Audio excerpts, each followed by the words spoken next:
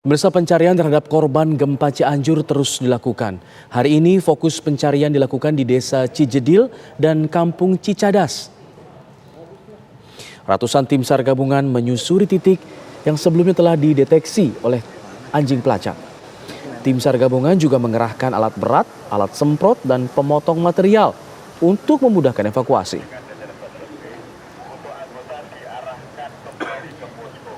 Hingga saat ini jumlah korban hilang yang terdata masih ada sebanyak 13 orang. Daftar itu bertambah setelah kemarin mendapat laporan tambahan korban hilang dari Desa Cijedil ada 6 orang dan Desa Mangunkerta ada 2 orang.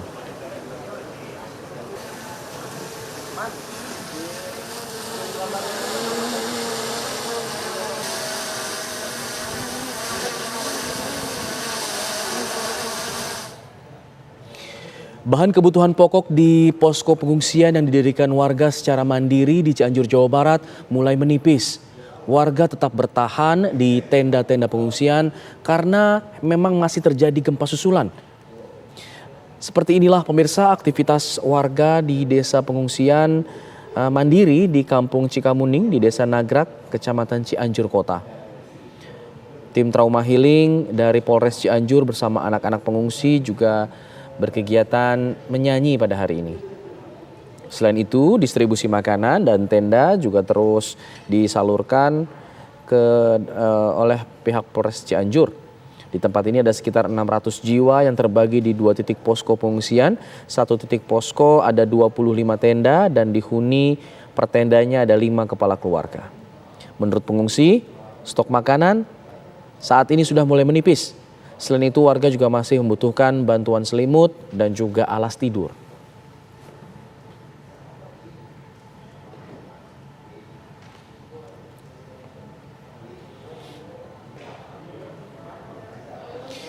Untuk memperbarui informasi mengenai evakuasi, pencarian korban dan pengungsi gempa Cianjur, kita bergabung bersama dengan rekan-rekan kami. Ada Yasin Idris dan juga Heron Syah yang berada di Cianjur. Kita ke Yasin Idris dulu. Yasin, kabarnya ada penambahan, ada laporan tambahan orang hilang hingga 9 orang kalau tidak salah. Bagaimana proses pencariannya hingga siang hari ini? Baik, benar Alfa. Sejak kemarin dilaporkan dari Desa Cijedil ini ada 6 orang hilang lagi dan dari Desa Mangunkerta ada 2 orang lagi. Jadi tambahan 8 orang ini total ditambah dengan sisa kemarin 5 jadinya 13 orang.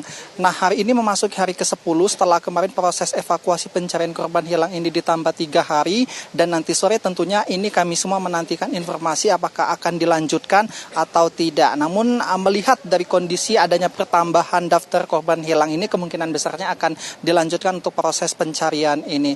Ini kami sedang berada di titik evakuasi di RT 3 Desa Cijedil. Ini kurang lebih ada sekitar 500 personil tim SAR gabungan yang sedang melakukan proses evakuasi sejak 1,5 jam yang lalu.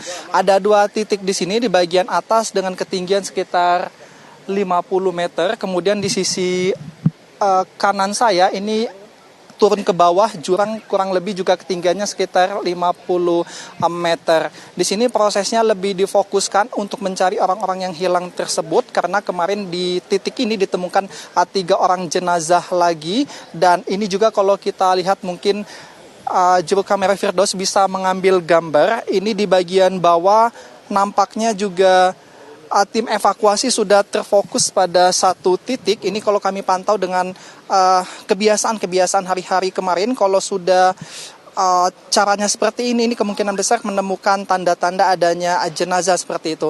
Itu kalau kita lihat penyemprotan air juga sudah mulai dilakukan, kemudian proses evakuasi yang dilakukan oleh tim SAR juga sudah mulai diperlahan atau diperlambat ini untuk lebih berhati-hati dalam menggali seperti itu. Dikarenakan ini mungkin sudah ada tanda-tanda adanya jenazah yang akan dievakuasi. Nanti apabila sudah bisa dievakuasi, jenazah akan langsung dibawa ke RSUD Sayang.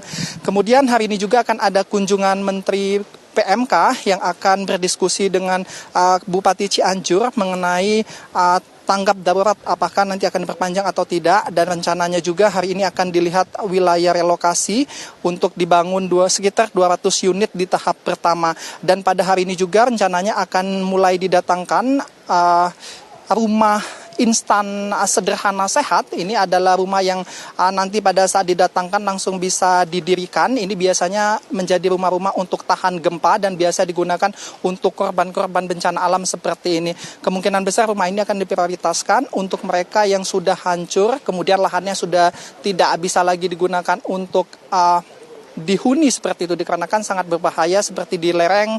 Nah, mereka ini nantinya akan mendapatkan prioritas. Sementara untuk warga yang saat ini masih mengungsi yang jumlahnya ini ratusan ribu, beberapa sudah mulai pulang ke rumah karena sudah ada anjuran tidak terlalu berbahaya lagi untuk gempa susulan yang frekuensinya sudah mulai sedikit, kemudian kekuatannya juga sudah mulai mengecil magnitudonya, dan sebagian lagi ini mereka yang masih tinggal di pengungsian adalah rumahnya yang betul-betul sudah hancur, mereka masih bingung mau tinggal di mana. Sementara untuk subsidi bantuan dari pemerintah ini mereka hanya ditawarkan 500 ribu saja per bulan.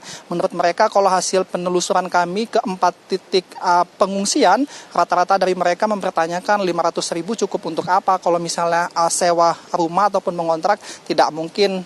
Kalaupun hanya untuk kos-kosan, paling hanya bisa dihuni 1 sampai dengan 2 orang saja. Mungkin ini nanti yang akan kita tanyakan juga bagaimana sikap pemerintah sehingga nanti warga yang terdampak ini mendapatkan bantuan yang pas seperti itu. Sementara untuk logistik sampai dengan saat ini sudah sangat berlimpah. Bahkan tadi malam kami mendapatkan informasi bagaimana relawan ini bisa membantu untuk mendistribusikan yang saat ini di posko pendopo sudah sangat banyak sekali bantuan yang belum bisa terdistribusikan dengan baik karena kekurangan SDM. Jadi ini juga informasi bagi Anda pemirsa, mungkin Anda yang punya komunitas motor trail ataupun komunitas motor-motor kendaraan lainnya, Anda bisa membantu untuk mendistribusikan logistik ini ke tempat-tempat lainnya, khususnya di 118 posko mandiri yang didirikan oleh masyarakat secara mandiri agar dapat memenuhi semua kebutuhan. Sebab untuk posko mandiri ini mereka biasanya mengambil sendiri atau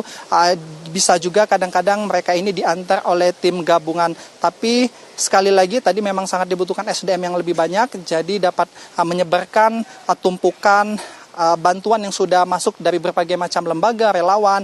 Nah, juga bagi Anda yang mungkin ingin membantu bisa menyumbangkan berupa uang ataupun lebih ke pakaian dalam dan juga popok bayi ataupun terpal berukuran kecil, sehingga setelah nanti proses pengungsian ini telah habis, kemudian mereka ini masih bisa tinggal menggunakan tenda-tenda yang ukurannya kecil yang bisa mereka bangun di sekitar rumah mereka. Sementara itu, Alfat. Ini Idris mengabarkan langsung dari Desa Cijedil, lokasi pencarian korban yang masih ada 13 orang yang dinyatakan hilang. Kita beralih ke Heronsyah yang berada di lokasi pengungsian. Di salah satu lokasi pengungsian ini ada informasi apa Heronsyah mengenai tadi kabarnya stok makanan sudah mulai menipis. Hingga saat ini bagaimana kemudian tim di sana untuk mengantisipasinya? Ya, baik Alfat dan pemirsa, saat ini saya berada di salah satu posko pengungsian di Kampung Cikamuning, Desa Nagrak, Kecamatan Cianjur Kota, di mana di tempat pengungsian ini ada 600 jiwa yang terbagi di beberapa titik di posko pengungsian. Di posko pengungsian ini stok makanan sudah mulai menipis seperti beras dan makanan lainnya.